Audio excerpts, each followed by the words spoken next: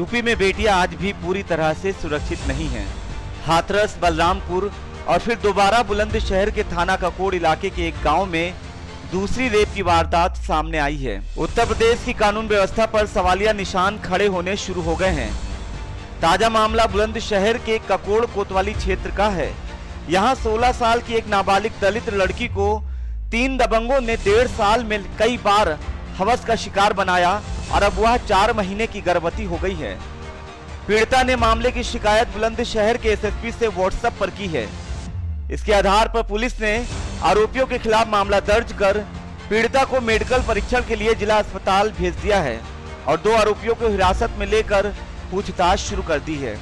तस्वीरें यूपी के बुलंदशहर के ककोड़ थाने की है। यहाँ गांव के ही 3 दबंग ठाकुरों की हवस का शिकार हुई ये दलित नाबालिग लड़की परिजनों के साथ न्याय की गुहार लेकर पहुंची है। दरअसल पीड़िता और उसका परिवार खेतों पर मजदूरी कर भरण पोषण करता है।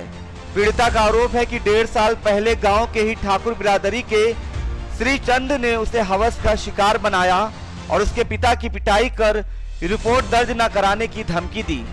यही नहीं, 7 महीने पूर्व बलबीर ने खेत पर ही कृषि कार्य करते समय अकेले देख पकड़कर उसके साथ दुराचार किया और जब भी अकेला देखता दुराचार करता रहा। आरोप है कि 1 अक्टूबर को भी खेत पर दलित किशोरी को महेश ने धमकी दी थी।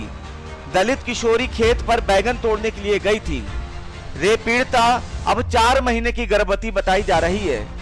पीड़ित परिवार का आरोप है कि आरोपी रिपोर्ट दर्ज कराने पर पिटाई कर जान से मारने की धमकी देते रहे और पीड़िता को अपनी हवस का शिकार बनाते रहे। जो श्री चंद है ना, उसने 1.5 साल पहले किया था। मतलब उसकी कोई हमने गौर नहीं की थी। फिर अब से 8 महीने हो गए जब से मुझे बल्लन तंग आ रहा है।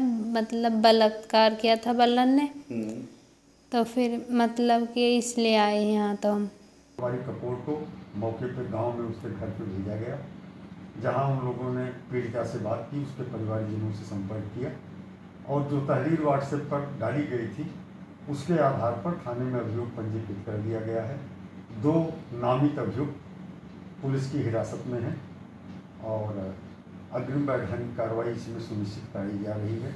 इसमें उल्लेखनीय यह है कि जो पीड़िता है वो 4 माह की प्रेग्नेंट है और पीड़िता की तहरीर व्हाट्सएप पर आई थी, जिसके बाद तत्काल ककोड़ थाने पर रिपोर्ट दर्ज करा दी गई है।